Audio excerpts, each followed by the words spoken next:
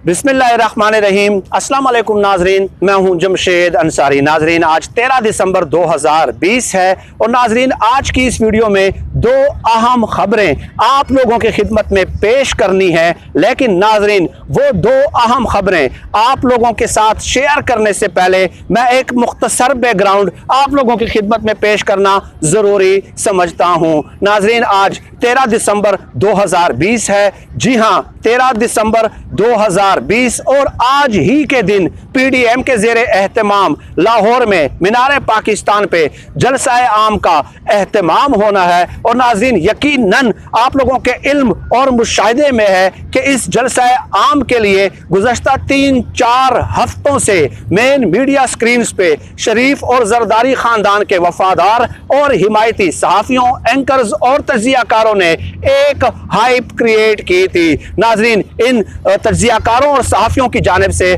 पाकिस्तानी अवाम के जहनों को प्रागंदा किया जाता रहा और ये बताया जाता रहा कि नवाज शरीफ मीनार पाकिस्तान पे जलसा आम में जब खिताब करेंगे तो इनकलाब हर पाकिस्तानी के दरवाजे पे दस्तक देता हुआ नजर आएगा। नाज़रीन, यहाँ पे मेरा आप लोगों से एक सवाल है। नून लीग पीपल्स पार्टी के वोटर्स, सपोर्टर्स, हिमायतियों, इन तज्ज़ियाकारों से मेरा एक सवाल है कि नवाज शरीफ ने गुजरांवाला के जलसा आम में खिताब किया, उसका इम्पैक्ट फैक्टर क्या है। नवाज शरीफ ने क्वेटा में मुनक्किदा जलसा आम से खिताब किया है, आज तक उसका इम्पैक्ट फैक्टर मुझे बता दें। इससे भी आगे चले नाज़रीन, पीडीएम के ज़ेरे एहतमाम गुजरांवाला में जलसा आम का इनेकाद हुआ, मुल्तान में जलसा आम का इनेकाद हुआ, क्वेटा में जलसा आम का इनेकाद हुआ, पेशावर में जलसा आम का इनेकाद हुआ, कराची में जलसा आम का इनेकाद हुआ। नवाज शरीफ की तकारीर और पीडीएम के ज़ेरे एहतमाम मुख्तलिफ शहरों में मुनअकिदा जलसों का इम्पैक्ट फैक्टर आज तक मुझे कोई बता दे। क्या रियासती और हुकूमती ज़मामे कार मामूल के मुताबिक नहीं चल रहा? चल रहा है, बिल्कुल चल रहा है। हुकूमती ज़मामे कार में, रियासती ज़मामे कार में 1% भी ना खलल वाक़ हुआ है और ना ही कोई तातुल आया है। नाजरीन, नवाज शरीफ की आज तक जितने भी जलसों में उन्होंने तकारीर की हैं और रियासती और सिक्योरिटी इदारों के सरबराहान पे मन गढ़ंत इल्ज़ामात लगाए हैं, उनका इम्पैक्ट फैक्टर आज तक जो नज़र आया है वो ये है कि खुद नून लीग के अंदर तोड़ फोड़ का अमल शुरू हो चुका है और नून लीग के 25 कौमी और सूबाई असम्बली के अराकीन ने हुकूमत वक्त से राब्ता किया है कि नवाज शरीफ अगर मन गढ़ंत इल्ज़ामात पे मबनी अपने बयानिए का तसलसल जारी रखते हैं तो हम इस पार्टी को खैर बात कह देंगे। और इसके अलावा दूसरा इम्पैक्ट फैक्टर नाज़रीन जो इसका नज़र आया है वो ये है कि खुद नून लीग के खिलाफ अवामी सतह पे गैज़ व गज़ब में इजाफा हुआ है और नून लीग ने अपना मुल्क दुश्मन किरदार और चेहरा जो है वो खुद पाकिस्तानी अवाम के सामने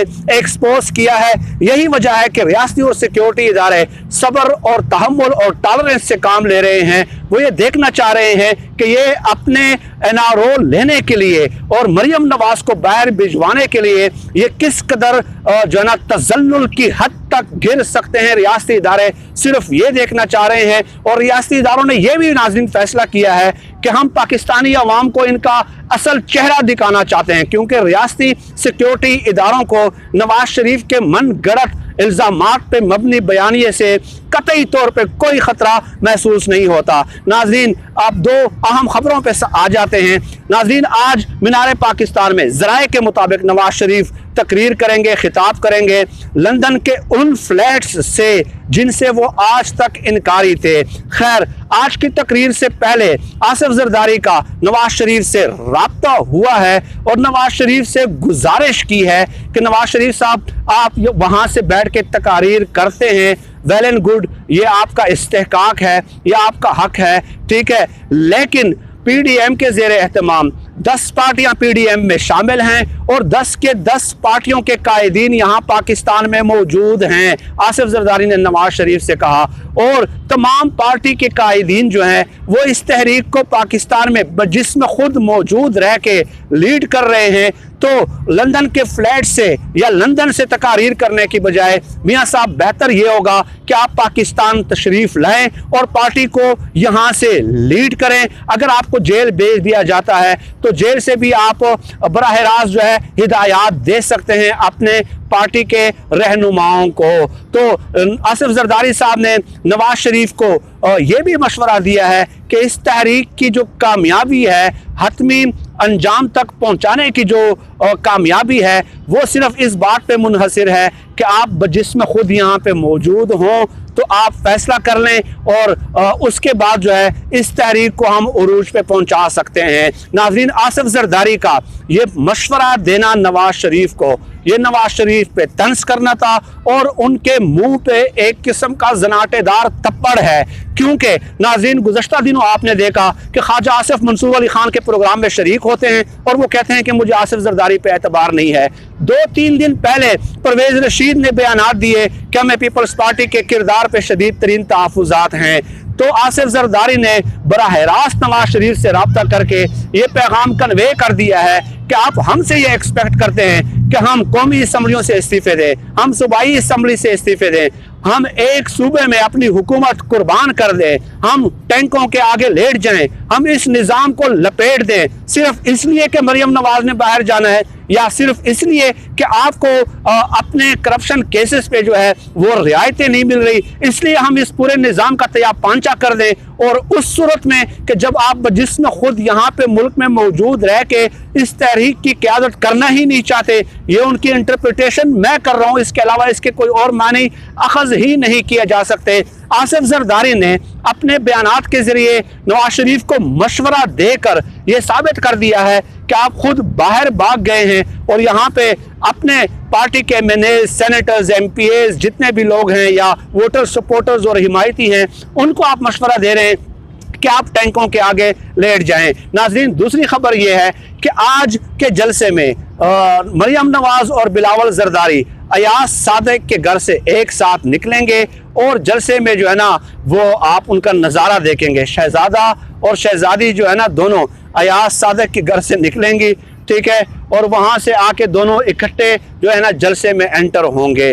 तो ये महज अवाम को एक बार फिर बेवकूफ़ और गुमराह करने के जो है वो मुतरादिफ है। नाज़रीन, खबरें ये हैं कि मरियम नवाज और बिलावल जरदारी की गुज़श्ता 2 हफ्तों में 3 मुलाकातें हुई हैं और मरियम नवाज बिलावल जरदारी को कन्विंस करने में नाकाम रही हैं। बिलावल जरदारी और आसिफ जरदारी और पीपल्स पार्टी इज्तिमाई इस्तीफों पर रजामंद नहीं है।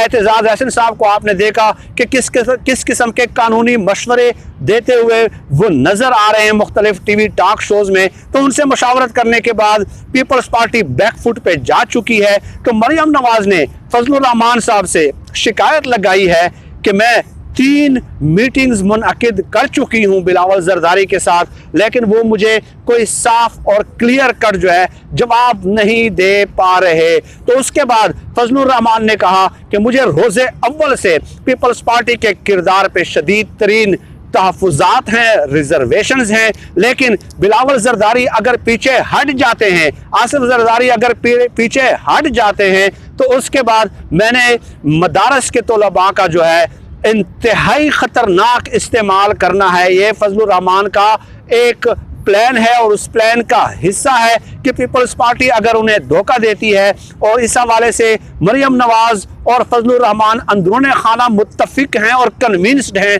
कि पीपल्स पार्टी ने इस तहरीक को अपने हक में इस्तेमाल करना है और उन्होंने किसी भी सूरत जो है शरीफ ख़ानदान की हिमायत के लिए शरीफ ख़ानदान को जो है ना एक प्लान फील्ड नहीं देना कि हुकूमत को गिराएं और उसके बाद शरीफ ख़ानदान का एक बार फिर जो है ना गलगला बुलंद होना शुरू हो जाए पंजाब में। तो वो उनकी स्ट्रेटजी है पीपल्स पार्टी की। तो फजलुर रहमान ने भी एक किस्म का शदीद तरीन तनकीद की है, मरियम नवाज ने भी अंदरूनी खाना शदीद तरीन तनकीद की है। ये उनके अंदरूनी खाना नाज़रीन हालात हैं जिनसे बाखबर करना और आप लोगों को इन्फॉर्म करना ज़रूरी था। इसके अलावा आज के जलसे में क्या डेवलपमेंट्स होती हैं, नवाज शरीफ लंदन के जो है ना पुरअसाइश महलात से बैठ के किस तरह एक इनकलाबी जो है ना वो प्लान मुरतब करते हैं और जारी करते हैं और हुक्म देते हैं अपने वफादारों को, चापलूसों को, खुशामदियों को और दरबारियों को। उस हवाले से भी हम आपको आगाह करते रहेंगे। आज के लिए इतना ही। पाकिस्तान जिंदाबाद। अल्लाह हाफिज़।